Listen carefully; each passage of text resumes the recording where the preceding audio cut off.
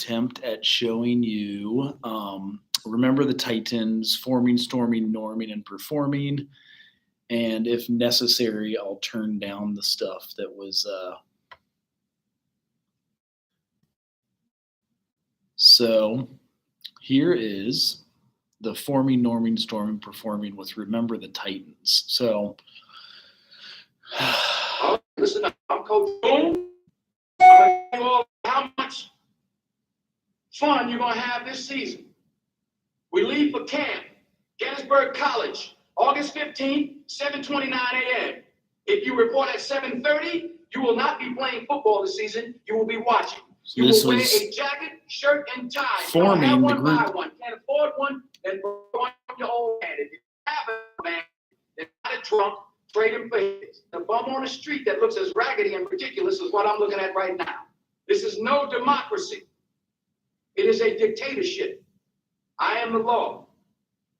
If you survive, you will be on the team. If you survive.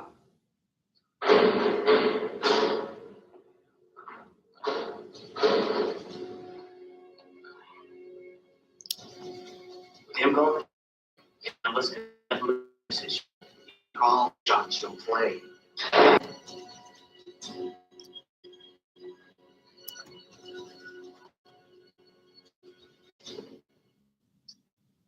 So that's the first part. This one is going to be. All right, listen up. I want everybody on the bus. Let's go. Follow me. The next everybody. one. Let's go right now. All right. Listen up. If you run green, blue, all my defensive So this is. on this side, all players going out for offense. Remember the Titans, the movie, when they had to Let's move. You form a group out of the teams of different folks. So there's a lot of good stuff that comes out of this one. Same one that you'll be rooming with for the duration of this camp. So that was from forming to storming. All right, Lewis. I'm Gary. You're Julius. Let's get the particulars and just get this over with, all right? Let's stick with this. Yeah. No matter what I tell you, you ain't gonna never know nothing about Hey, me. listen. I ain't running any more of these 3 days, okay? So what I got to say, you really don't want to hear, because honesty ain't too high up on your people priority list, right? Honesty? You want honesty? All right, honestly, I think you're nothing. Nothing but a pure waste of God-given talent. You don't listen to nobody, man. Not even Doc or Boone. Shiver push on the line every time, man. You blow right past them. Push them, pull them, do something. You can't run over everybody in this league. And every time you do, you leave one of your teammates hanging out to dry. Me in particular. Why should I give a hoot about you? Huh? Or anybody else that want to away captain, right? Right. Captain's supposed to be the leader, right? Right. You got a job? I have a You job. been doing your job? I've been doing my job. Then why don't you tell your white buddies to block for Red better? Because they have not blocked for him or for Plug Nickel, and you know it. So that's the storming part. This now goes to All right. norming. We'll be out here Next. all night till we get this thing right. Let's go. On the ball, Red. Hey! Go!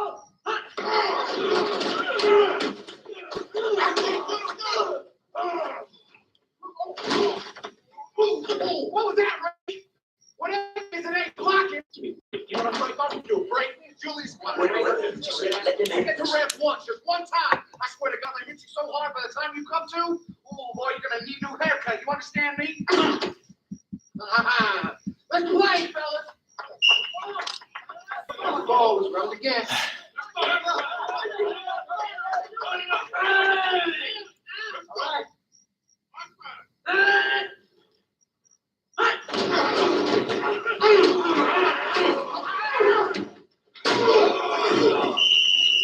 All right. You all right, Big B? You all right? Yeah. Little contact, B. Left side. Left side. Left side. Left side.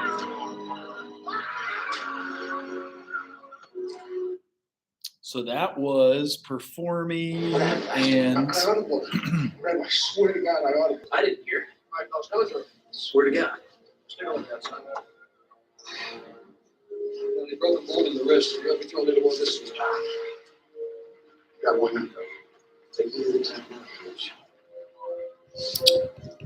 Running back. Coach. so this is the time where they Quarterback. have to perform game time and the group has to I was 15 begin. years old. I lost my mother and my father in the same month, right? Same month. 12 since I was age one. They were all looking up to me. Now, I wasn't ready yet either, but they needed me. Your team needs you tonight.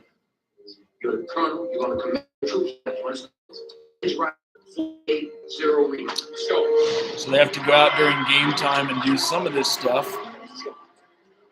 What's the matter? Let's I'm see. just saying football in it before you miss. Let's go. Show some those legs. I got it. It's gonna be all right. Let's hear it. All right. Watch. Just let it free. Trust me.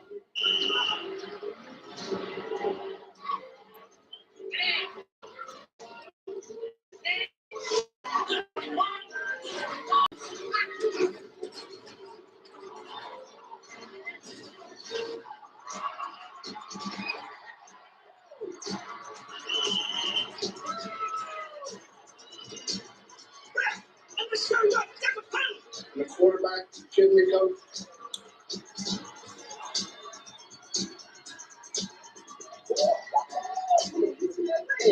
That's a bad white boy. And this is the last piece.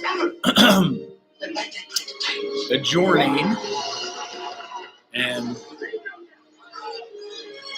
kind of at the end. So 23 blast with a backside George reverse. You got that? Fake 23 blast with a backside George reverse.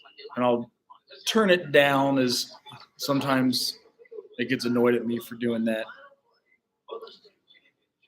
This is performing to adjourning.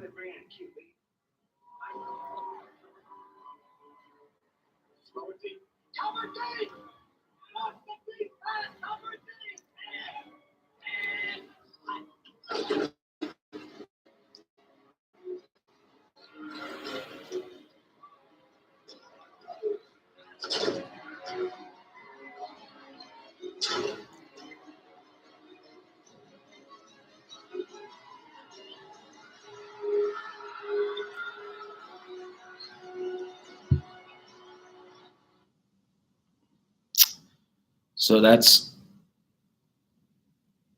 remember the Titans with forming, storming, norming, performing, and adjourning.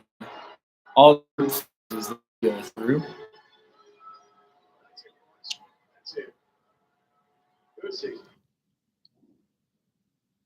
And with adjourning, they do the last piece But his spirit lives on.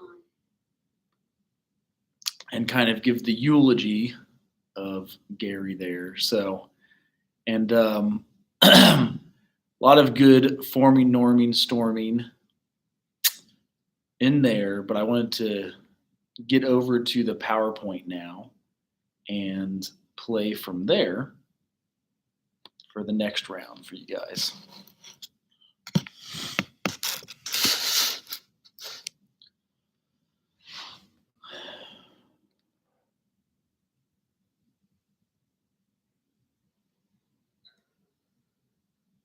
Hello, class, and welcome to our second lecture on group stages. To follow our lecture on forming, this lecture, we're looking at the next two group stages. As we look at the objectives for the week, I want to remind you to review the chapters for the week prior to viewing the lecture, as it is intended to supplement your reading. 5, you to be able to identify behavior that may be considered resistance during the storming stage, describe how peer relationships develop in the norming stage, and distinguish among the first stages of groups, including forming, storming, and norming. First, let's review the 5 stages of group development that we're looking at during these 3 weeks. The stages include the initial stage of forming, which we discussed last week, and is characterized by initial caution associated with any new experience. During the forming stage, members may attempt directed by others, and maybe superficial, central conversations on historical or future events that don't necessarily have a direct impact on the group experience. With respect to tasks during the forming stage, remember that the group must deal with apprehension, as well as review member goals and contracts, specify rules, set limits, and promote positive interchange among members. This week, we're going to talk about the next two stages, storming and norming. And then next week, we'll wrap up by talking about the working and closing stages, also known as performing and adjoining. So today, we'll look at the storming stage, talk a little bit about member behavior here. As the group transitions from the initial forming stage to the next stage, which is storming, group members may begin to compete with one another to find their place in the group. Peer relationships may be uncomfortable as the group struggles over power and control, and may be characterized by anxiety, resistance, defensiveness, conflict, and confrontation. The storming stage helps bridge the group closer to time of productivity, and although it may be uncomfortable, it is necessary in the development of a successful group. Primary tension is what members are likely to experience during the first session, and is concerned with the awkwardness that comes with strange situations. Secondary tension, in contrast, deals with intra-group conflict and is what we see in the storming stage. With the help of group leaders, members work through non-productive ways of working and to establish new patterns and a role in the group. The issue of power is central to the storming stage and refers to the capacity to bring about certain consequences in the behavior of others. In response to the struggle for power, group members may at first attempt to address the issue through old approaches, like fighting or withdrawing. And because members are still speaking one another, there's very trust established in the group storming stage. Members may exhibit resistance to change through behaviors like intellectualizing, questioning, or advice giving, as well as band-aiding, where members prevent others from expressing their emotional pain by trying to soothe the calm member who may actually benefit from exploring themselves more deeply.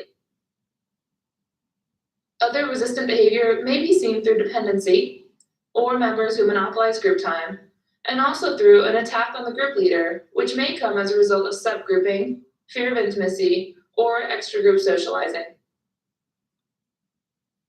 There are strategies for working through personal and intrapersonal group issues that occur during the storming stage, which may include inviting a process observer to come provide feedback on what he or she sees occurring within the group. This neutral third party can help spark conversations, which might allow members to attempt to change behaviors or modify ways of interacting. Working through the storming stage will result in members having a greater capacity. The interdependence amongst members and the stability of the group as a whole can deepen until issues within the group surface are acknowledged and are dealt with. The work that occurs during the storming stage allows for the group to progress to the norming stage, and ultimately this is the work that allows for productivity and success in the long term. As we move into the norming stage, group norming refers to the we-ness that describes group identity or cohesiveness that's now possible once the group has resolved the storming stage. During this stage, peer relationships are categorized by an increased sense of identification, where members begin to see themselves as being similar to one another. Members are also more likely to work harmoniously with each other, displaying high levels of cooperation and collaboration during the stage. Cohesion describes a sense of groupness that promotes high morale, trust, and solidarity. Cohesive groups are more effective in their communication patterns and also tend to have more fun, but there can also be pitfalls. For instance, a group that's highly cohesive may avoid addressing anything that could potentially be upsetting in an attempt to maintain a positive atmosphere.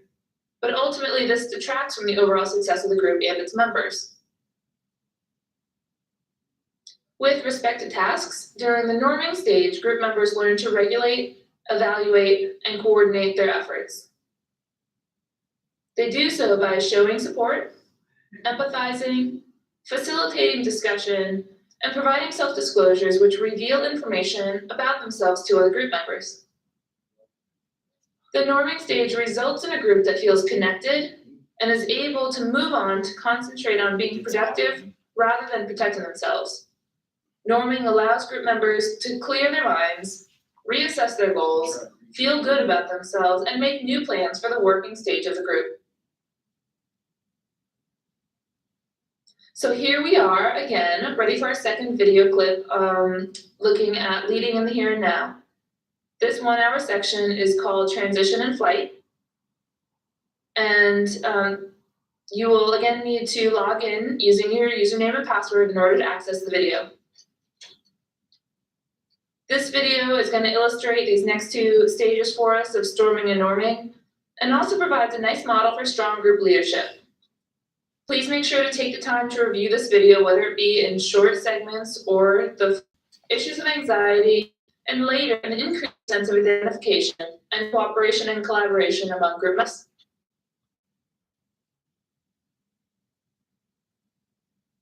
This final slide compares each of the 3 stages that we've discussed through these lectures. I encourage you to review the information carefully and make sure that you can distinguish among the stages thus far. Remember that forming is characterized by initial caution associated with any new experience and an attempt to avoid being rejected by others. During this stage, group members try to be superficial and center conversation around historical or events that do not have a direct impact on the group. During the stage of comprehension, review member goals and contracts, specify rules, set limits, and promote a positive interchange among members. We've seen that the storming stage is characterized by primary tension that comes with the awkwardness around any new experience, to now secondary tension, which has to do with relationships within the group. During the storming stage, there's an attempt to balance between too much and too little tension, as we talked about with cohesion. And group members tend to be more anxious in their interactions, and power is a main concern here. During the norming stage, there is a strong sense of enthusiasm and cooperation are also during the stage. Group members begin to identify with one another. Relationships may benefit from hope, cooperation, collaboration, and cohesion. During the norming stage, group members agree on norms, accept prescriptive and proscriptive norms, and there's a heavy emphasis on commitment. This refers to their lecture on storming and norming through this review of all 3 stages thus far. Good afternoon, everyone. My name is Dr. LaWanda Hill, one of the staff psychologists at CAPS. I'm very excited to be able to use technology to bring forth some of our most effective clinical interventions for our students to be able to utilize and access no matter where they are in the world, because we recognize that people are experiencing the world very differently, and we are trying to be adaptive and flexible, and inclusive with some of the education around how we think about those concerns, and some effective coping tools, mechanisms, wellness practices to be able to treat some of those concerns. And the thing that I want to illuminate, and one of the common presenting symptoms,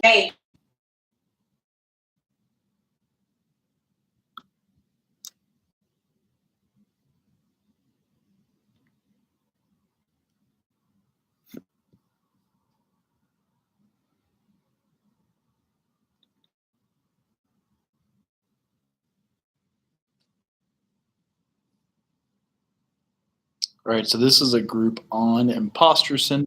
I have trouble sending it to my device, so let's get into that one.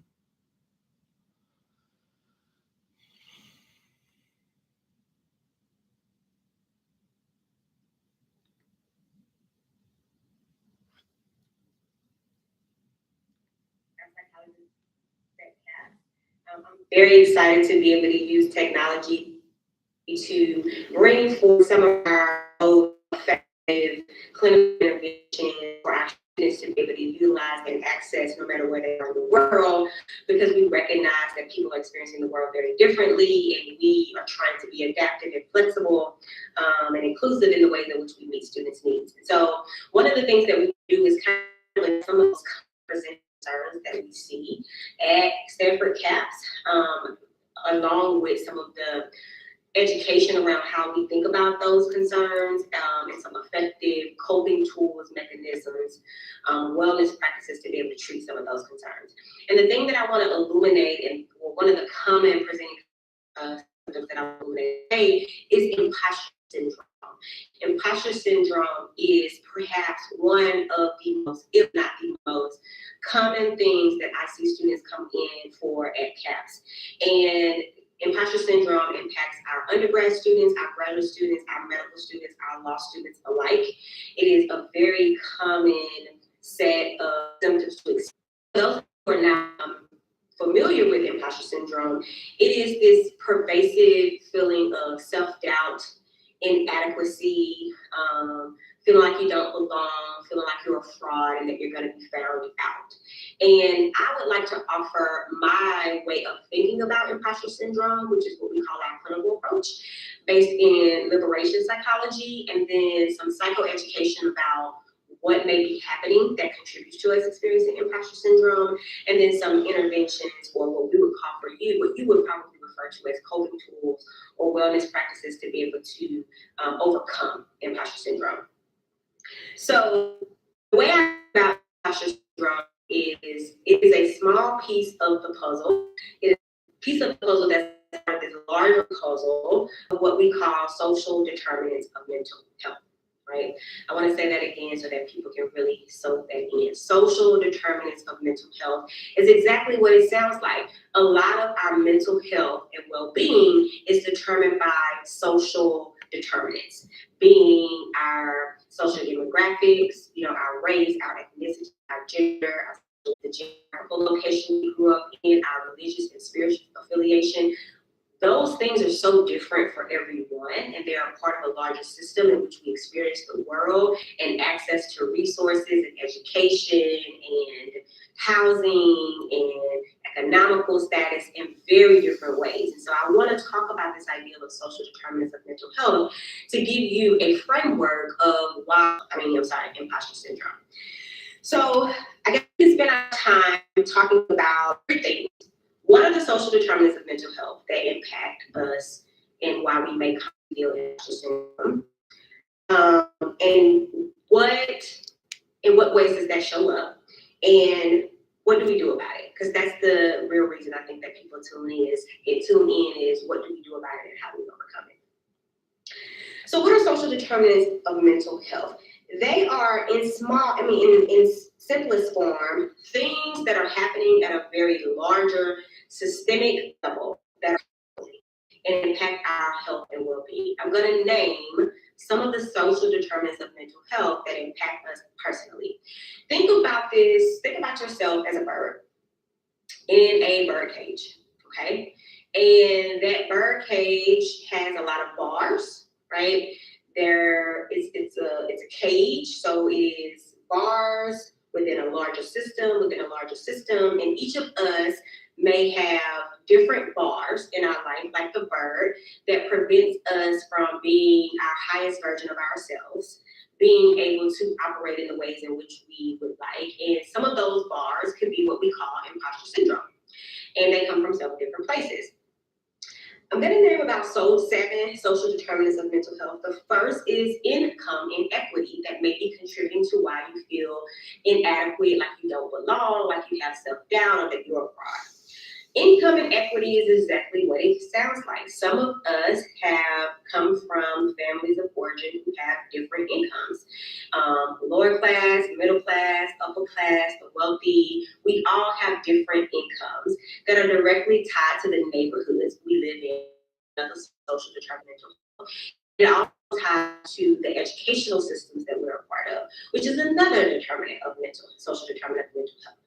When you come from, let's say, a larger or higher income status with more access to resources and parts of educational systems that are more rigorous, exposure to things early on, you're going to have what I call a head start in life and be exposed to a number of different things that when you come to Stanford, and are in the classroom, may become more central to your awareness that, hey, I wasn't introduced to this this is my first time hearing about this, or I don't get things as quickly as my peers, or wow, there seems to be a lot of privilege and a lot of wealth that I can't relate to and make me feel insecure about. Okay, so 3 of those social determination systems. Okay. Hi, my name is Jen. Amy. Sean? Anxiety to me is if I don't have a plan set the day before.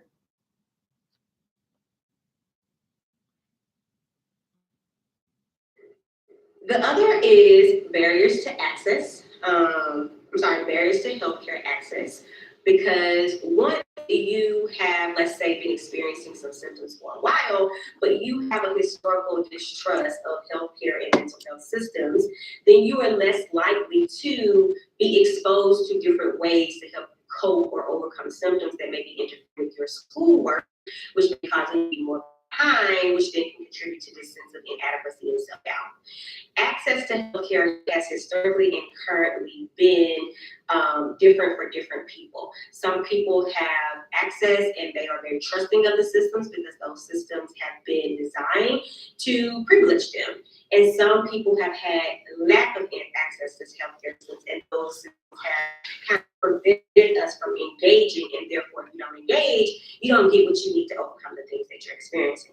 How does that translate into real life? Well, let's say you're experiencing anxiety and stress and lack of concentration and lack of motivation, which is interrupting your performance and your capacity to be with people socially, then that is going to directly have a negative impact on how you experience Stanford. And in comparison to your peers, you're going to find, wow, we are having different reactions, and so that must mean that I don't belong here. So that's one of the things in which I want to additionally do today, in addition to kind of like laying out some of the social determinants of mental health and how it impacts us. I want to talk about how do we recognize it and overcome it. The first thing to do is to name it. So I would imagine that a number of you can already identify with some of those narratives, having inequitable education or inequitable income distribution or lack of access to social health care, or food insecurity, housing insecurity or instability, social isolation and exclusion. You may be already identifying that was part of your upbringing, right? So the first thing we want to do is we want to name that. Of running track, and we're all in a marathon. The marathon is education, right? And that's kind of the way in which it becomes clear to us that we're not all in the same position on the track. When we come to Stanford, we see that everybody's kind of lined up at different places on the track. Some people are, right here. Some people are further ahead. Some people are further ahead even. Some people are further behind. And it becomes clear that we're not in the same position on the track. And one of the things that I see students do commonly is this narrative of, if I am at this position on the track, that must mean I am either inferior, meaning self-doubt, I don't belong, or I am superior. I am better than my peers. I am, smarter, brighter. And I want to disrupt that narrative, because what we know to be true is that we all have different positions on the track based on these social determinants of mental health. So rather than make the story and the narrative about how I am inferior or I don't belong or I am inadequate, we want to focus on the larger systems that have all contributed to us having different places on the track. Sometimes recognizing that we're on different places in the track and towards merit teams make it quicker. Some people may have different may have any challenges at all. While that is a very hard truth to come to terms with, it's important that you name it and you don't do what we call, what I internalize that. That is the second thing that I would invite you to do. Name it. We're all in different places on the track based on different systems. Let's name that, and then let's not internalize it. That's what we call externalize it. Externalize it means to figure out, why am I on the track and how am I experiencing that? Is it kind of stress, as self-doubt, as self-loathing, as depression? Let's name it and externalize it. And then the third thing that we need to do is that we need out support to help us. One of the things that I see students struggle with is the reality of, okay, because I'm on a different part of the track, I see that and I don't want to ask for any help because I don't want to feel like I'm here. And the feel and the metaphor, you need a coach. You need a coach to help you see what part of the track you're on, Why are you in this position? What are your unique challenges? What are some of the unique social determinants that may be smothering you, trapping you, making it harder for you? And here are the different ways in which you can overcome it. So I want to provide a summary of what I'm saying. Imposter syndrome is a common reality of a lot of our students. It is a feeling of inadequacy, of self-doubt, of lack of belonging, and that is very common. What I would like to offer you is not to internalize that and make that about an internal inferior complex that you don't belong.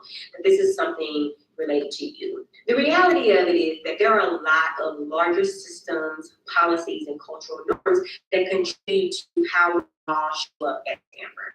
We come from different backgrounds, different privileges, different barriers, different marginalizations, and it is exposed when we enter into the classroom or social settings. The last thing you want to do is make that about who you are, but rather get the help to see what's contributing to why you feel that way. So my hope is that you will be able to name imposter syndrome for what it is. Ask yourself, where is it coming from? What are the social systems that have contributed to where it's coming from? And how do I get the support that I need to be able to overcome that?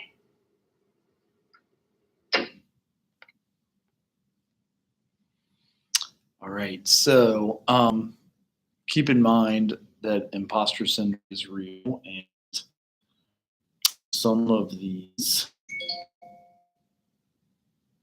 we have challenges with. So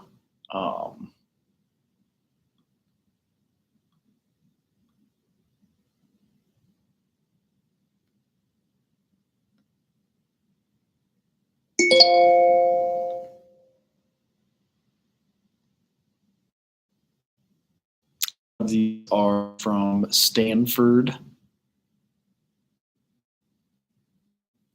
and the different playlists. If you're subscribed, you can see some of their work that they do.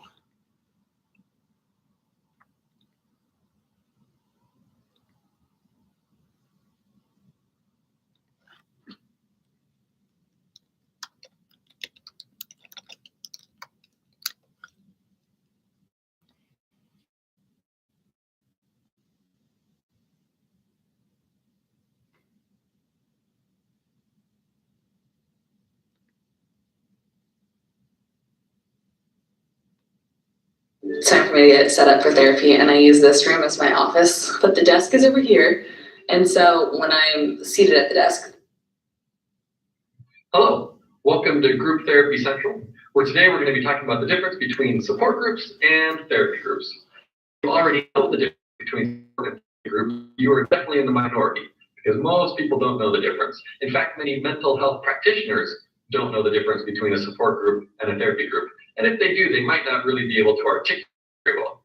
So it's important to figure out, you know, when you might want to join if you're searching for a group to join. And it's important to know the difference so you can make appropriate referrals for your clients.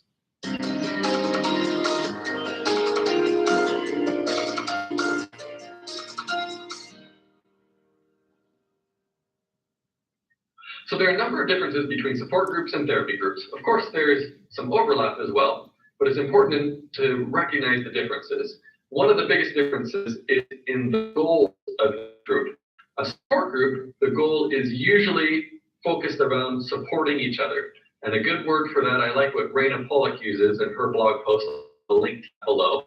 The goal of support groups is to help people cope, help the group members cope. And usually it's around struggle. For example, if you are joining a group for people recently divorced or recently diagnosed with cancer, or family members of people with autism spectrum concerns, or whatever it might be. And so you get together and you help each other cope with that struggle. And oftentimes these are struggles that you can't change. And so you're working to help each other know how to respond differently, to live with that. Have some people that really get it.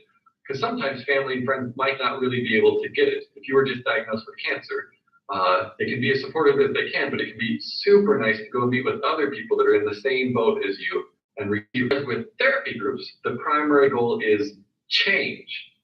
So I go to a therapy group because there's something about me, something about the way I do relationships, mental health concern that I want to change, the depression that I've had, I want to change that, the anxiety or the eating concern or whatever it might be, or especially those interpersonal dynamics and so that I really know how to have a strong emotional connection with someone. You go to therapy to be able to change that, and I want to work on those things. Now, of course, in a support group, people change a lot. Support groups can be very therapeutic in that type of way. And then, of course, vice versa, therapy groups are extremely supportive. And if you're coping with whatever it might be, you're definitely going to receive a lot of empathy and understanding and support, people cheering you on in that type of way. So they're not mutually exclusive in that, but there are two very different goals. One is to help you cope, one is to help you change. Some of the other important to know, therapy groups usually are closed, meaning that it's the same group of people who meet each week with one or two group leaders. And the membership doesn't change. It's if a group member graduates from group or maybe moves to a different city or stops being in the group, then there is a spot that opens up. But it's not just anybody can join that. There's a significant onboarding process that happens with each group member where they one-on-one with group leaders to be talking about their goals for a group and figuring out if it's a good fit and if they would be a good fit for a particular group. And then in that case, then maybe someone would join the group. But other than that, it's closed, and so it's not open to new members. Support groups can be like that, but oftentimes they're more open, meaning you can join a support group at any point. Some support groups are drop-in based, so you can show up one day without any pre-group arrangement with the group leader, if there is a group leader. And so you might go once and then not go again for another month, and that would be totally fine. And so support groups usually are more open in that type of way and may even be that drop-in type of membership. So, and along those lines too is therapy groups, there's always at least one group leader that's trained as a group interventionist that has some good training in how to are very directive in helping each member work on their goals and help the group as a whole be able to make changes and develop, grow, and work through the issues that each member is facing. With support groups, they can be led by a leader, sometimes a leader that has training to be a therapy leader, but they're running support group. I've done a number of course, therapy groups, but also support groups. But my role is different in each other, open up and talk more and support each other and simply be a comfort and understand each other. But we don't go as deep as we would in a therapy group or do the type of group interventions. Or people struggling with the same type of thing, they get together and their peer run in that type of way. Another difference could be the size. So therapy groups, minimum would probably be 5 members plus the 1 or 2 group leaders, but usually 6 to 8 is what you would see in a therapy group. At most, probably 10. And that's because each person, the bigger the group gets, the harder it is to have some of those group level interventions. And the smaller the group is, the harder it is some of the level interventions. So usually 6 to 8 members is what you see. Support group can vary more than that. Even 2 people could be a support group, but up to maybe 15 or 20 the next day. And sometimes with support groups, there are like 40 people or so, but on any given day, maybe 15 people are showing up for that meeting. Another quite big difference is how the 2 different types of groups handle what we call extra therapy relationships, meaning how and when you interact outside of group. So with the therapy group, that's very discouraged. We don't want you to be calling each other or having any interactions outside of group, not even going and getting coffee or anything like that. And there are a number of reasons for that, which we'll touch on in a second. With the support group, it's oftentimes different. Oftentimes those extra therapy relationships are encouraged. We really want you to be reaching out to each other by phone in between sessions and getting together and developing strong relationships and supporting each other outside of the support group hours that we meet together. With a therapy group, you don't want to do that because then that starts group and negatively impact the therapeutic value for everyone. We want everyone to be on the same playing field and to all be part of the same relationship together. So if 2 people are getting together to have coffee, they become a subgroup, and that potentially could make it less therapeutic for the other members. And it actually could potentially be harmful to the group as a whole and to other members. So if somebody does break the rules, let's say 2 people go and meet up afterwards, what we ask is that they be willing to bring back into the group the next session everything that they talked about. Not that they necessarily would share everything, but they'd be willing to, so that we're all on the same playing field. We can talk about that more. There's a number of other reasons for why we limit those extra therapy relationships, but that just gives you a taste as to why we limit those. The role of the group leader is a little bit different. The group leader in a therapy group is trying to do therapy, meaning making therapy interventions. Whereas the role of a group leader, if there's a group leader in a support group, is to try to be helpful and help their members support each other. Commitment, of course, there's a big difference with the therapy group. You are committed usually minimum 3 months, but mostly 6 is what you would hear, or probably 1 to 3 years is what you would do when you join a therapy group, unless it's in a setting like a college counseling center where you're only there for a semester or 2, or a hospital setting or whatever it might be. Support groups are usually much more fluid, and so you can join a support group for a month or 2 or 3 and then drop out and then rejoin it. So that type of commitment usually isn't as high. So hopefully this has given you some understanding of the differences to help you figure out which might be a better fit for you and the type of concern that you have. And of course, if you're a clinician, to help you better refer your clients. If this struck you, please let me know. Let me know what resonates.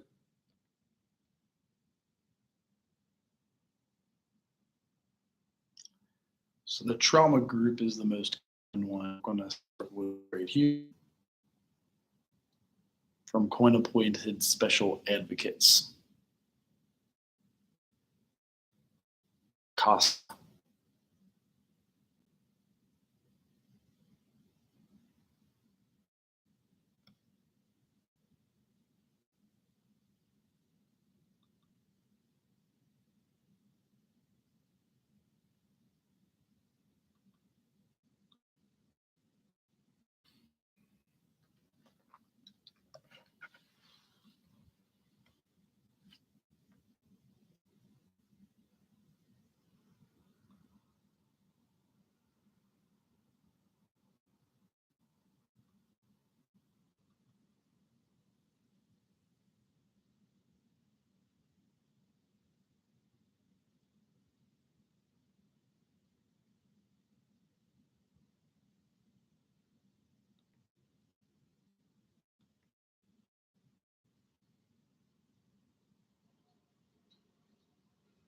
Hi, my name is Melissa McLean from Acton Children's Hospital, and I'm here today to talk to you about trauma and its impact on children. Trauma is a very common word that's being said a lot, and it's very important to remember that trauma is a very unique individual experience for every child who experiences it. So I like to imagine trauma as a brick wall. It is a brick wall that stands me and the child. It's the brick wall that stands between us forming a relationship. And each child, their wall might be taller than another child's wall, and all of those bricks are individual and different. And so when we're talking about trauma, it's really important to start by talking about what makes up individual bricks. So the individual bricks are made from stress. So the stress that we experience every single day of our lives has a huge impact on who we are as human beings. And the more stress that we experience, the deeper the impact can be. So when I think about the stress that I experience, I think about it as something that lives on a spectrum, and that gauged on a 1 to 10 spectrum, depending on where I'm at, I can kind of guess how I'm going to be able to function or behave. That if I'm feeling in a 1 to 3 zone, I actually kind of feel a little lazy. I want to relax. I want to kind of sit around and do not much. And as I get into about a 4 or 5, a 4 or 5 is a thriving zone for me. Just enough pressure on. I'm doing a really great job. As I move closer to 8 to 10 zone, things start falling apart. I start forgetting things. I start losing my temper. I don't do very well in an 8 to 10 zone. And we can recognize that as adults, when we move and wax and wane through the spectrum of 1 through 10, that based on what number I'm at, I can kind of gauge. So if I'm living in an 8 to 10 zone, there have been times when I'll drive all the way to work in an 8 to 10 zone and I completely forget how I got there. Or I will completely want to take a piece of paper to work and think about it 100 times over and say, take that paper, take it to work, and then I get. We recognize this as a very normal thing that happens to all of us when we experience stress. This is the same type of thing that kids experience when they have stress. They will live on a 1 to 10 cycle as well. So sometimes they're in this 1 to 3 zone and they might feel a little lazy or tired, or they just want to relax and do not much. Then there's peak time for a 4 or 5 zone where they really get stuff done, feel like they're awake and moving. But as they get closer to an 8 to 10 zone, they stop functioning and behaving in the ways that they normally would. And so when children reach that 8 to 10 zone, they lose their tempers, they forget things, they begin to feel overwhelmed. And so when we're looking at these building bricks of stress, it's something that we all experience, no matter if we've had trauma in our lives or not. So when children are coming into our area, when we're working with kids, we have to think to ourselves, what number might they be at right now? Because based on that number, they may not be able to have a conversation with me. They may not be ready to talk. And are there things that we could put in place proactively that could help not just the students come down underneath an 8, but us too? Could we take a deep breath here that would make all of us feel better, that could help us and be more human thinking brain? Because stress is everywhere. We experience stress no matter if it's a good thing, if it's a bad thing, if it's something that's going to impact us for a short amount of time, if it's something that's going to impact us for a long time. Right? We're stressed about it. And so I like about stress as something that I carry in a backpack.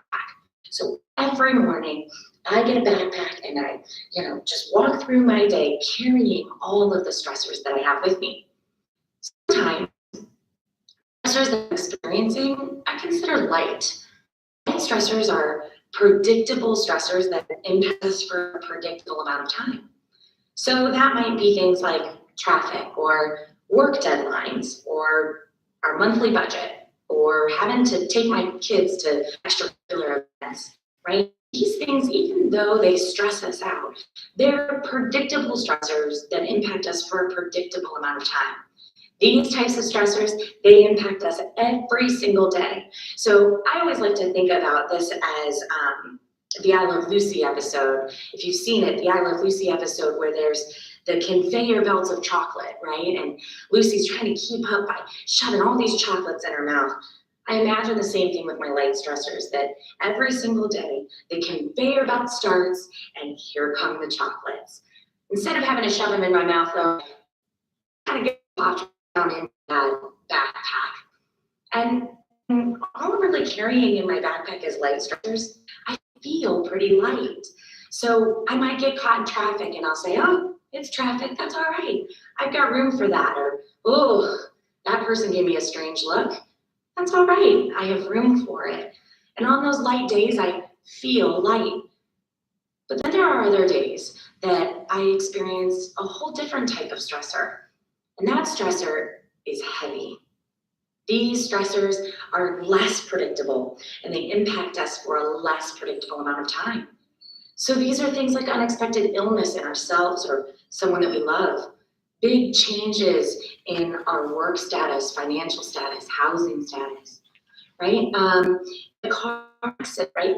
Things that are less predictable that impact us for a less predictable amount of time. Those stressors are heavy. And when I'm experiencing heavy stressors, I feel heavy. And my backpack all of a sudden dragging through my day. Oh, it's so heavy and got this stuff I'm carrying with me. And just because I'm experiencing all of these heavy stressors, it doesn't stop the conveyor belt. Every morning that conveyor belt starts And here come the chocolates of my light stress. And I still have to make room for them. And so on these days, I have a harder time.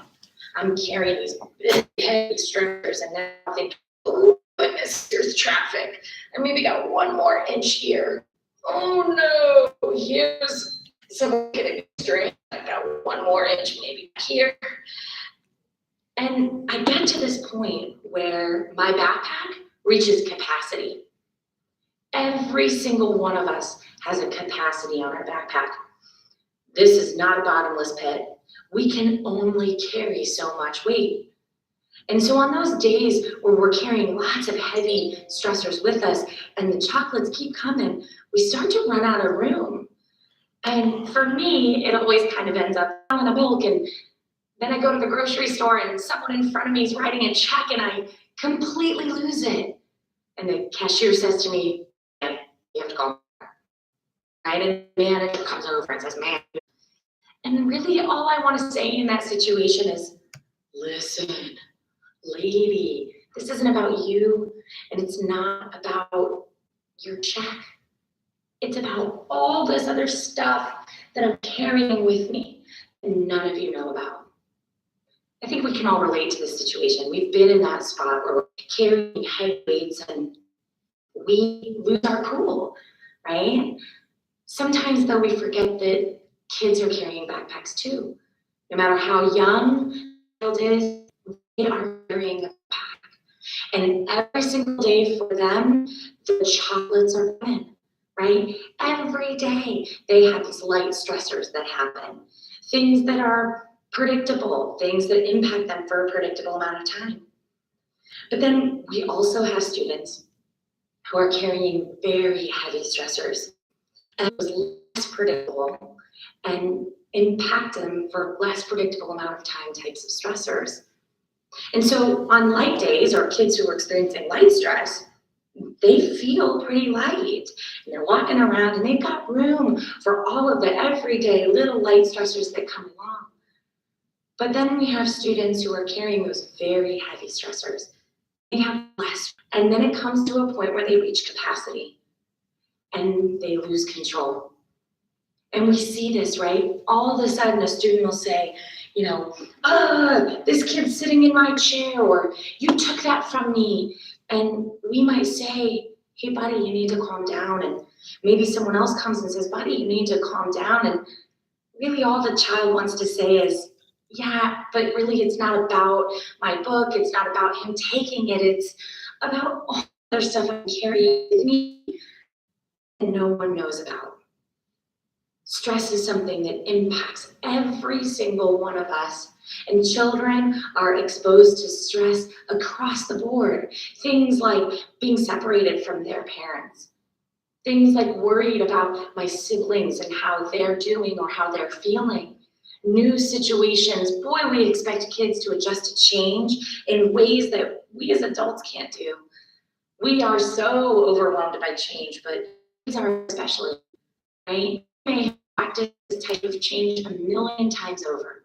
They've only done 100. This new thing for them can be very difficult. Things like bullying, if children are feeling like they're being hurt at school, they're being left out, this is incredibly stressful. We know that the work that they do at school, their academic achievement, their testing, their homework, this is all very stressful for kids. Rushed mornings, if a child's feeling like they're waking up and just getting pushed onto a bus, this can be very stressful for kids. And if then they have to have meetings after school and practices and their days become longer and longer, and they're over, they have to carry.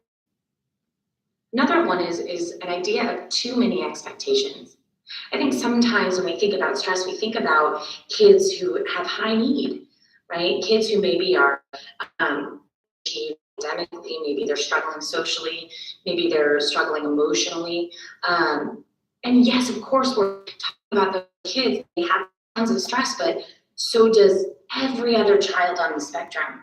But especially those kids at the very top, those kids who are achieving really well academically, the kids who are really socially, emotionally, right? Or so it seems. Sometimes we look at those up there and we say, hey, they're doing right, they're doing fine. But sometimes when we experience stress, we get really good at creating a mask of, I'm doing just fine. So sometimes even those students up at the very, very top, they need the assistance and help as well. Stress is everywhere, and how it can impact us can stretch through their entire life. Because when we experience stress, it's not just a social and emotional experience, it's also a physiological one, right? Our stress response system, first off, has a hugely bad reputation, right? We think about stress or we hear on the news, stress is killing you, which, parts of that are true, but stress also is saving your life all the time. Stress is the reason why you slam on the brakes when someone cuts you off on the highway. Stress is the reason why you grab the banister right as you're falling down the stairs. Stress saves our lives all the time. But in today's world, we're activating the stress response system way too frequently. We are exposed to so many perceived stressors that we're igniting this life and death process in our brains so frequently that it damages us. So when you're looking at your stress response system, there are 4 main pieces to this cycle. The first part is a danger or a perceived danger. Really, to your brain, it doesn't matter if you are in the car accident on the highway or in the traffic behind it. You go to the same system. Now, feeling what's called compounding stressors when you're in the car accident, like I'm hurt, someone else is hurt, my car is definitely damaged, I'm not gonna make it to work, right? Feeling those compounding stressors make the system feel worse, but it's the same system if you're just in the traffic behind. So it is a real or perceived danger, followed then by a biochemical response in your body. I know that you've heard of cortisol or adrenaline, right? When we experience stress, we have a ton of physical things happening, right? Our heart rate increases, our respiratory rate increases. We have all of these hormones and neurotransmitters that go into high activity. So then we move into a space called fight, flight, or freeze, which I'll talk more about on the next slide. So when we're through with that red zone, we're supposed to get to a green zone. This green zone really is homeostasis, right? An opportunity to just, right? Take a nice big deep breath and get back to baseline. When you're running on all 4 cylinders here, it's actually not that bad for us. Stress can help us in so many ways, but like I said, we are activating it so frequently that many of us are skipping over that green zone, and many kids are too. We're faced with so many perceived dangers in our day that we skip right on over that green zone. So maybe a child gets on the bus to go to school and they've just had a rush morning, and so they're feeling this, right? And then on the bus, they start getting bullied, and so they go back up and back around. And then as they get off the bus, someone at school says, all right, come on, let's get to class, the bell's gonna ring, and they're up and back around. And then they get to their locker and realize they forgot their folder, and so they're up and back around, and we stay in this red zone again and again and again and again. This is like that day, maybe you've had one of these days where you come home and you think to yourself, man, I feel like I couldn't catch my breath today. That's because you didn't catch your breath today. When we are stuck in this red zone, this is when it can become particularly damaging to our bodies. Sometimes when children experience high levels of stress and trauma, especially from the time of in utero to 3 years old, getting stuck in this red zone can become wired. Children are so frequently in this red zone that they actually don't know how to get to this green zone. Now, we can teach and learn how to get into the green zone, but If we don't ever receive those lessons in regular practice with getting to the green zone, we won't know how. So when we say to a child, you need to calm down, we might as well be saying, can you fix the transmission in my car? They don't really know how. And they may know how to pretend, right? Just like if you asked me to fix your transmission, I could go to your car, I could probably open the hood of your car and kind of look serious there, right? But I don't really know how to do more than that. These children, they might be practiced in looking like they know how. If I put my hands on the desk and I close my eyes, then they'll think that I'm calming down. But internally, they're still in that red zone. The ways that we teach these skills take time. And it's like when there's a path being formed, right? You've seen that where people start walking through the grass and all of a sudden there's lots of people walking through the same area of grass. And over time, that grass gets pushed down and pushed down and pushed down. And then over a little bit more time, now there's a small little dirt trail. And over time, that trail becomes larger. And then finally the city just says, well, we'll sidewalk it because that's where people want to walk. This is the same way that we create new pathways in our brains. We, over time, build this. So we have to practice every day, right? I practice every day, and slowly but surely that grass is getting matted down, and then that small dirt trail forms, and that larger hiking trail forms, and then finally our brains say, all right, let's just sidewalk this. That's how long it takes. But when we don't have that practice, when we're not practiced getting into that calm zone, we can actually do a lot of damage specifically to our brains.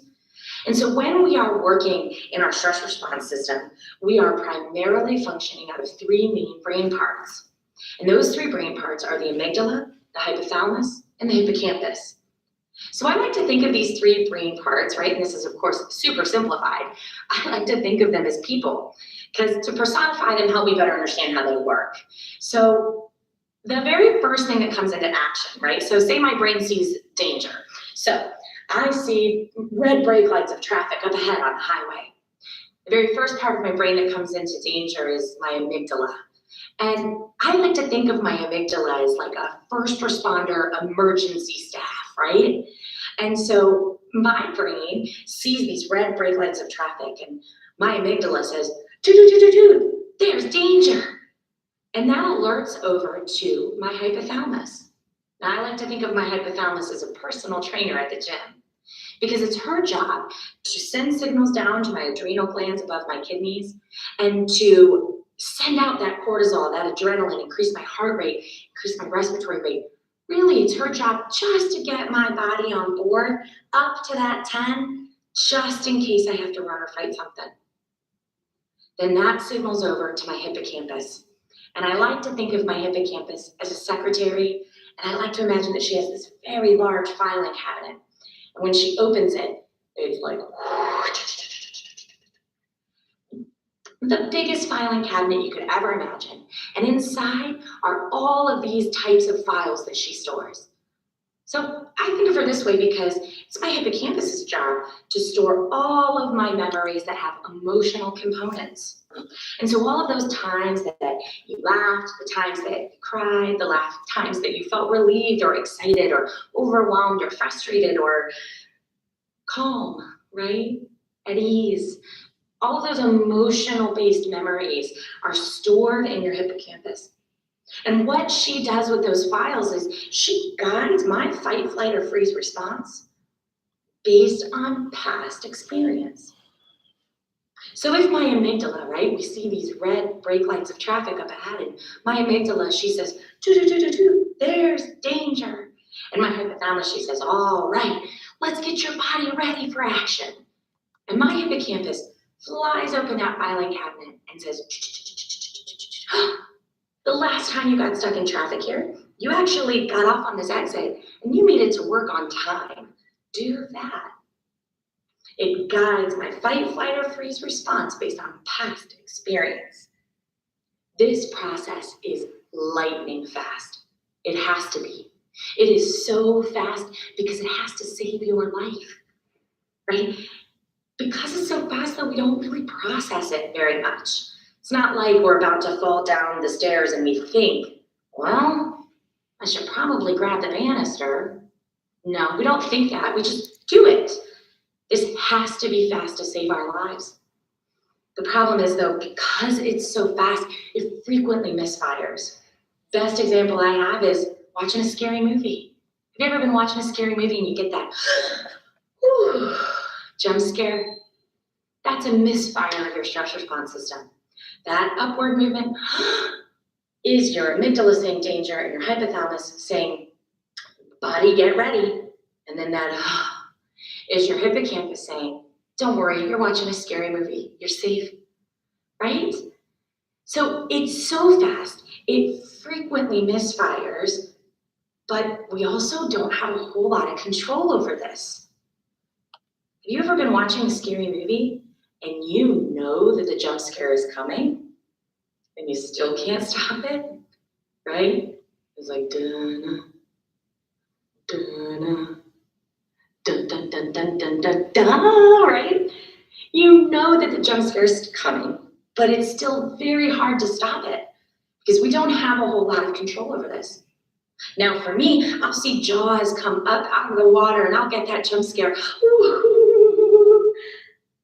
Because my hippocampus didn't just pull the file that said you're safe in watching a movie. It also pulled all the files of me watching scary movies with my mom as a kid and laughing and having fun.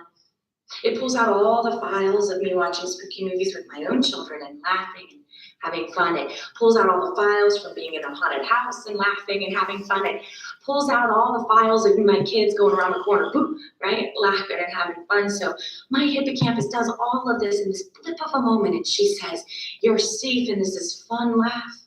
And that's what I do. But now let's say you were watching Jaws and you see Jaws come up out of the water. But you have a very different experience than I do. Let's say a couple years ago when you were at the beach, you got bit by a shark. Something different happens when we have memories that are strongly emotionally centered, right? Very, very emotional memories. These memories make big, heavy files in that filing cabinet, and it can overwrite all of the other ones in this situation. So you might be watching Jaws with me and you'll see Jaws come up out of the water and your reaction will be very different than mine. Because your hippocampus will pull out the file that says, no, sharks are dangerous. And even if your reaction doesn't make much sense to me, it will be completely appropriate to what you think is happening. The craziest thing about our stress response system is that these three brain parts live in a part of our brain called the limbic brain, or the limbic system of our brain. And this part of our brain is a complete wild animal. It goes crazy, it fights, okay?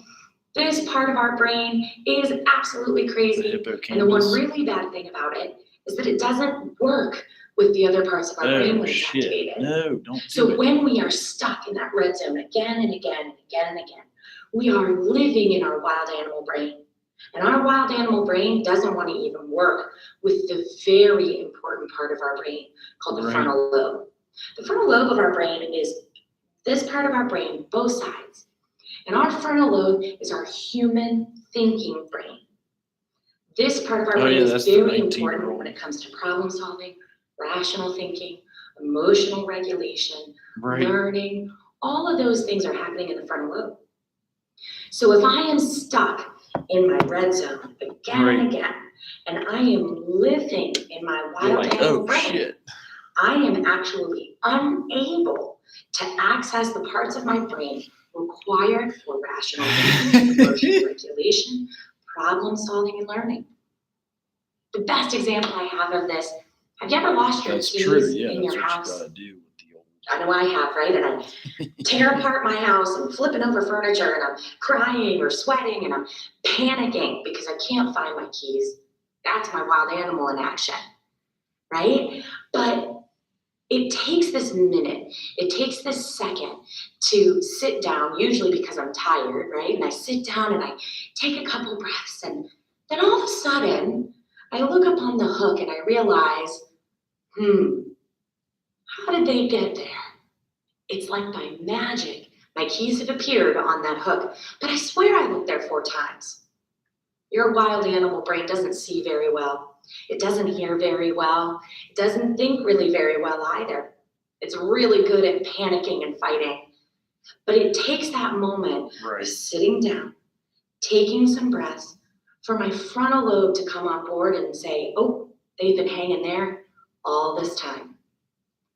When we get stuck in that red zone again and again, we are living in our wild animal brain. We are unable to function in that part of our brain that helps us learn and regulate our emotions and really think. So when we have young people that we're working with that are stuck in that red zone again and again, it can be very difficult to talk to them, to problem solve with them, for them to regulate their emotions while they're with us. And it's for this reason why using strategies that are trauma informed help us actually get more done with these kids, helps us connect more with these kids, because this stress impacts every part of their lives. Stress impacts all of us, and it's everywhere. There are lots of different types of stressors we experience. First, we experience positive stress. This is the type of stress that comes with good things, like taking a vacation or first day of school or homecoming or graduation. We also experience tolerable stress. Tolerable stress is normative stressors, not necessarily good, but things like taking a test or traffic. Not necessarily good, but pretty normal for us and for students to have to experience. There's something very different, though, that happens when children experience traumatic stress. When a child is experiencing traumatic stress, this is a prolonged activation of that red zone. That red zone in a prolonged space, that means that they are in their wild animal brain most, if not all of the time. Yeah, This can be very damaging to a lot of different aspects of their lives. But this prolonged activation is actually accompanied with a lack of adult buffering. Now, this doesn't necessarily mean that the child doesn't have trusted adults in their lives. That's right. A child might experience something and not share that stressor with their positive adult. That one would Of course, we know that there are also children who lack positive adults in their lives. actually called. So when a child is experiencing stressors, specifically stressors that are non-normative, meaning not necessarily normal for kids or maybe something that kids shouldn't experience, that type of stress with a lack of adult buffering puts kids into this prolonged red zone. And this is something very different. When we think about what trauma is, this can be a different answer for every person you ask. Trauma is a very subjective experience. What one child may perceive as trauma, another child may not. That's fine. So we need to remember that trauma in itself is a combination of an event or events that are happening, and then that individual child's unique perception of that event. That individual perception needs to include either a direct threat to their life or safety, a direct threat to the life or safety of someone that they love, or any overwhelming sense of fear, helplessness, or hopelessness. That last bubble is a little vague. Common trauma that I put in that last bubble is the common trauma of poverty. That can lead to overwhelming feelings of fear, helplessness, or hopelessness. So when children experience trauma, this can even vary within the same family, right? Maybe we know a family who's been in a serious car accident, and maybe one child's coping pretty well and another child's having a harder time. That's because this perception is different with each unique individual child. Children can be exposed to trauma in lots of different ways. They can be directly impacted. It's my house that caught on fire. I'm the one who's getting hurt at home. I'm hungry. My dad was incarcerated. It can also be a witnessed event. I am witnessing violence in my community. I'm witnessing violence in my home. Or even, depending on the child's age or developmental ability, I'm witnessing something online or on television that's not getting appropriately buffered. Even learning of trauma happening to someone we love can impact the child. If I learn that my grandfather was killed in a car accident, it might impact the way that I feel or behave as we're packing into a car. We also talk about trauma based on the duration. There are some children who experience what's called acute traumas, and these are one-time events, something like a car accident or a house fire. There are also children who experience chronic traumas, and these traumas are experienced over a duration of time. So children who are witnessing domestic violence or who are experiencing abuse. Then we also have children who experience something called complex trauma. And complex trauma is a stacking of traumas. So the child is experiencing more than one type of trauma, and it is stacking up. So we might know a child who's experiencing chronic neglect at home. Then they experience the chronic witnessing of drug abuse in their home. Then they experience the acute trauma of witnessing the arrest of a parent. And now they're experiencing chronic trauma of an incarcerated parent. These are multiple different types of trauma that are stacking up on top of that child. And when kids begin to stack, when the traumas begin to increase in number, this is when we see the deepest impact on their lives, and it's really across the board. Physically, children are impacted. You know what it feels like on that day that you can't catch your breath. These kids are stuck in that red zone all the time, and so they can consistently report feeling sick. I don't feel well, my tummy hurts, my head hurts. These kids aren't faking it. They don't feel well. Kids who experience trauma are also impacted neurologically. There was a study that was done by the Center for Disease Control where they used PET scan imaging. Now, a PET scan image shows brain function.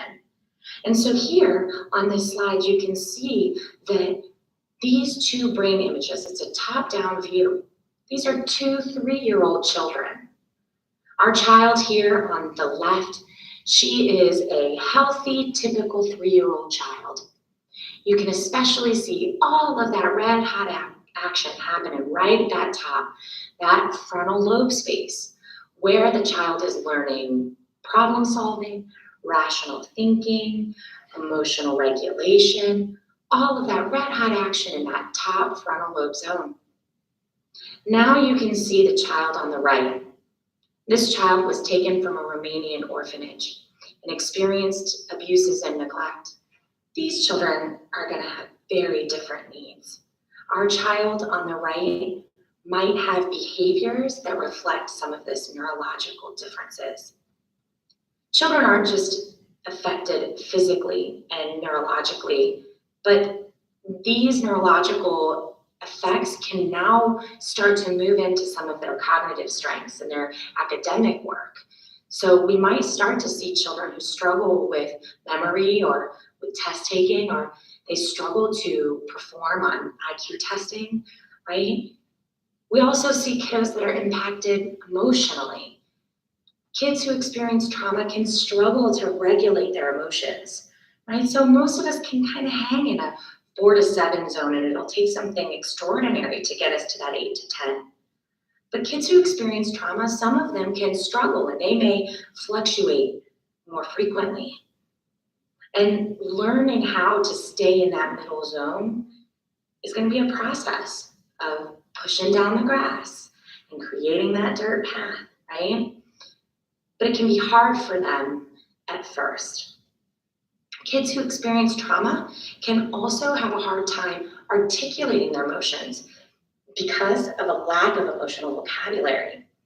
So they may be able to come to the table with happy, sad, or mad, but they may have a harder time with some of those more nuanced emotions like anxious or overwhelmed. And if I'm unable to clearly articulate my emotions, I'm not going to get my needs met. And if I don't get my needs met, I may show behaviors. Kids are impacted physically, neurologically, cognitively, emotionally, and children are also impacted socially. On one side of the coin, we may see a child who's experienced trauma who is isolated, a child who withdraws from relationships, a child who has trouble connecting with their peers or adults.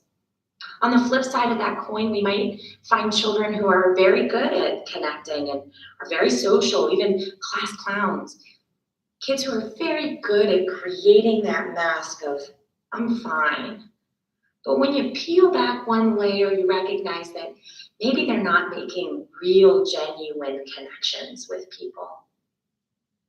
What we do know is that as children who experience trauma move through puberty and get older, that if they've not been given the types of buffering support that they need, if they've not been given regular practice in positive coping mechanisms, we start to see some children who experience trauma move into maladaptive or health risk behaviors as coping. This is when we start to see children participate in things like self-injury or drug, alcohol, tobacco, initiation use and abuse, maladaptive eating like binge or restrictive eating, reckless sexual behavior, reckless driving. These behaviors are being used as a coping mechanism. It's not something that I'm trying to do for attention. It's something that for some reason makes me feel better in this moment. And if I'm lacking other positive coping mechanisms like taking deep breaths or going for a walk or calling a good friend, if I'm lacking positive coping mechanisms, I may fall into some of these more dangerous coping mechanisms. When we look at how trauma impacts us on the short term, it can be overwhelming. That this is impacting children physically, emotionally, neurologically, cognitively, really across the board, but it can even be more serious than that. Because experiencing trauma is something that can impact us for the rest of our lives. And there's lots of research that supports this. One particular study that I'd like to talk about is what's called the Adverse Childhood Experiences Study. The Adverse Childhood Experiences Study is also called the ACE study, A-C-E, the ACE study. And this study was started by Dr. Felitti. And Dr. Felitti, it was the early 1990s, was working in California for the Kaiser Permanente Obesity Center. And he was working primarily with folks who were going through a pre-bariatric surgery diet program. And he was seeing that lots of folks who were participating in this weight loss program were losing significant amount of weight. But then as time went on, and he was looking at longer term outcomes, many folks who had originally lost significant amount of weight were now regaining weight. And he wanted to know why. And so over time, he started to chat with some of these folks and get to know them, and he started to see a trend. Many of them were sharing with him sad and scary stories from their childhood. And he thought, I think that there might be a connection. And that's when he contacted Dr. Anda. And at the time, Dr. Anda was working for the Center for Disease Control, again, early 1990s. And his research was focused on stress and cardiovascular health. How does stress impact our hearts? So Dr. Felitti says, well, I think that it impacts more than just our hearts. Because I've got folks who are experiencing chronic obesity and type 2 diabetes and a whole host of other problems. And I think that the stress is specific to stress that we experience as children. And so how are we going to study this? Well, these two guys, they said, we'll make a list of 10 stressors, right? 10 common traumas that children experience. They knew right off the bat there were 100 others that they could have included, but they were just going to focus on these 10. So they were going to send this list of 10 things out to a bunch of people and have them give themselves a score. How you score yourself is if you experienced this thing, one of these 10 things, then you get a point. And if you didn't experience it, you don't get a point. So you can score anywhere from 0 to 10. And that becomes your adverse childhood experience score, or your ACE score. So they sent this out and said, we'll have a bunch of people score themselves, and then we'll check against their outcomes, their health outcomes as adults. Well, they got over 17,000 back. They are still following the surviving members of that original cohort today, as well as the millions of others who have participated in this study since. This research has been replicated all over the world by dozens and dozens of researchers. This is so incredibly evidence-based. And when you look at what these 10 things include, the original ACE study includes physical and emotional abuse in childhood under the age of 18. It also includes sexual abuse or sexual assault under the age of 18. It includes feeling emotional or physical neglect. Emotional neglect is feeling like that people didn't love you or know where you were or what you were doing. And physical neglect is feeling like you didn't have enough food or you didn't have clean or weather appropriate clothes or a warm, safe place to sleep. They also detailed household traumas. A trauma where a member of your household was suffering with mental illness or attempted suicide. A member of your household was incarcerated. A member of your household was suffering with substance abuse. Loss of parent through divorce or abandonment or other reason. And then witnessing domestic violence in the home. Those were the 10 things. And like I said, if you experienced this thing before the age of 18, you get a point. And if not, you don't. So you can score anywhere from 0 to 10. And that can become then your adverse childhood experience score. Now, it's important to remember that this is a small list. There are many, many other types of traumas out there. And so if you have experienced something or you know a child that has experienced what you would consider a trauma or what the child perceives as a trauma, and it's not included on this list of 10 things, that doesn't mean it doesn't count. Of course it counts. This is why sometimes you might hear people say things, oh, well, their ACE score is a 13 or a 15. That's because they're including things that are not on this list of 10. For more information on the ACE study, you can find their website at acestoohigh.org. What you'll find, though, is that the evidence that comes back on future health outcomes is pretty staggering. Research shows, according to both Validi and Anda, as well as those dozens and dozens of other researchers, is that the higher your ACE score, the more you have, right? The higher that score, the more likely you are to engage in negative health outcomes as an adult. The more likely you are to smoke. The more likely you are to struggle with alcohol, the more likely you are to engage in reckless sexual behavior or reckless driving behavior, the more likely you are to struggle with other types of substance abuses, the more likely you are to suffer with eating disorders or chronic obesity, things like liver disease, COPD, lung cancer. I mean, the list just goes on and on. That when we experience these social and emotional events in our childhood, that it impacts the ultimate physical outcome. They've even identified a key number. That number is 4. That once a person reaches the score of 4, their risk factors skyrocket. And once a person reaches the score of 6, their life could be diminished by 20 years. This impacts us at every level for the rest of our lives. And it's not quite as linear as we might think, right? Sometimes we might think, well, I've had a hard life, so I'm more likely to smoke, so that I'm at higher risk for lung diseases.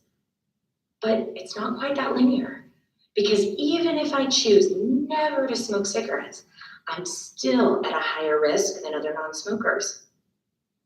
Experiencing these adverse childhood experiences deeply impacts our physical health in the future. Now, this last slide is from the ACE study, really is a whole picture view, right? And this is what they found, is that starting at conception, even in utero, when we as human beings experience these adverse childhood experiences, that it can lead to that disrupted neurodevelopment that we saw in those PET scan images. And that can lead to the social, emotional, and cognitive differences as we grow older. And that can then lead to the adoption of some health risk behaviors as we are reaching puberty and beyond. And then those things, of course, put us at higher risk for things like disease and disabilities and social problems, and that leads to early death. And the first time I ever saw this graph, right, it really changed the way that I thought about children. And I know that that's very dramatic for, a graph, but it did. It changed the way that I thought about children. Because I would have people ask me, well, Johnny keeps showing this behavior. Do you have strategies that will help? And I would say, yeah, I have strategies. And I would provide some sort of strategy on what Johnny needed to do. And then I saw this graph and it changed the way I thought about kids. Because now all of a sudden I was seeing Johnny through a different lens. Because maybe, just maybe, Johnny has experienced something that's going to impact him in every part of his life, possibly for the rest of his shortened life. And maybe something about that event makes this behavior seem totally appropriate in his brain, even if it doesn't make sense to me. Maybe something about this experience makes this chair feel unsafe, makes this room feel unsafe, makes this conversation feel unsafe. At that point, when I felt, okay, I've changed the way I thought about kids, I was kind of wobbly. I didn't know what I could do to help. Then I found this amazing quote. I had an epiphany moment where this quote was right in front of my face, and it said, "When a flower won't bloom in my garden, I go about enriching my soil and not changing the flower."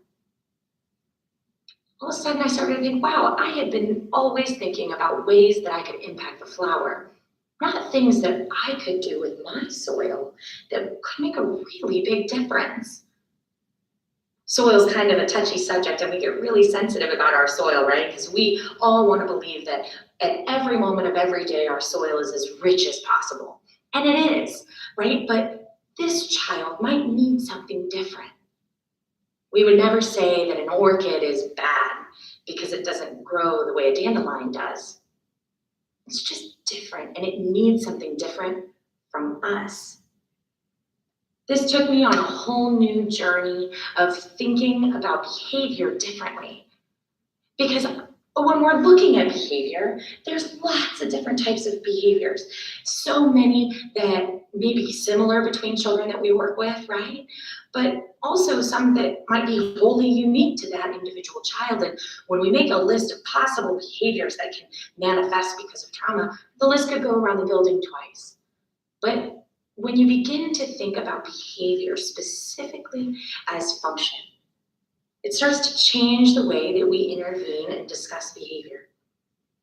Because to start, as human beings, we use behavior to communicate, right? I know that I've been there where instead of having a reasonable, responsible conversation with my partner at home about being overwhelmed at the work that I have, and then in turn the work at home, I could have had a very grown-up conversation about that, but instead I just decided to stop emptying the dishwasher because I thought that that in itself would communicate something clear. And not only was it ineffective, but then it caused kind of a little bit of a fight, and now all of a sudden I'm in a problem that I didn't need to begin with. And I'm a grown up and I certainly know better, but I do this every day. We use behaviors to communicate. And sometimes children do too. And so they'll show behaviors because they're trying to communicate something to us. And sometimes it's a language we understand. Sometimes they'll just out with it. Well, I saw my family and my dad, he did this, this, and that. They'll just out with it. My mom said this, this, and that. That's a language we understand. Sometimes we might see this language in creative writing or art or play. Again, that is all language we understand. And so we'll see them communicating to us as communication. And I find that when it's a language we understand, our hearts open and we envelope that child's empathy. But sometimes a child doesn't know languages that we understand. Sometimes they don't know how to communicate in a way that we'll understand. And so they communicate in ways that they understand. And that might be things like tapping on the desk or aggression or pacing around the room. And those aren't necessarily communication languages that we understand. And so we lose empathy on that fast.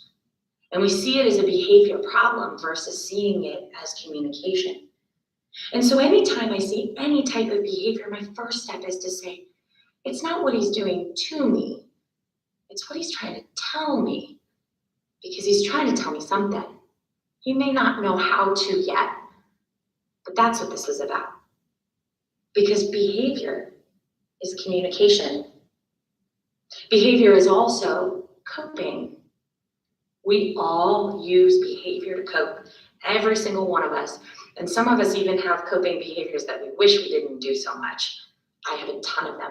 I bite my fingernails, I will pick at my cuticles, I eat Frosties, right? We have these behaviors that when we're stressed, we're having overwhelming days, we kind of reach to.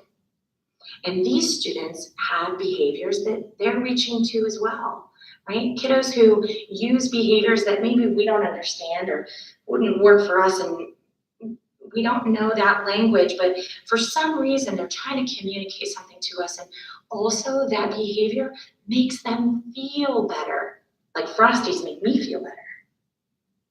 Sometimes with behavior too, as coping, we use behaviors as coping without even realizing it.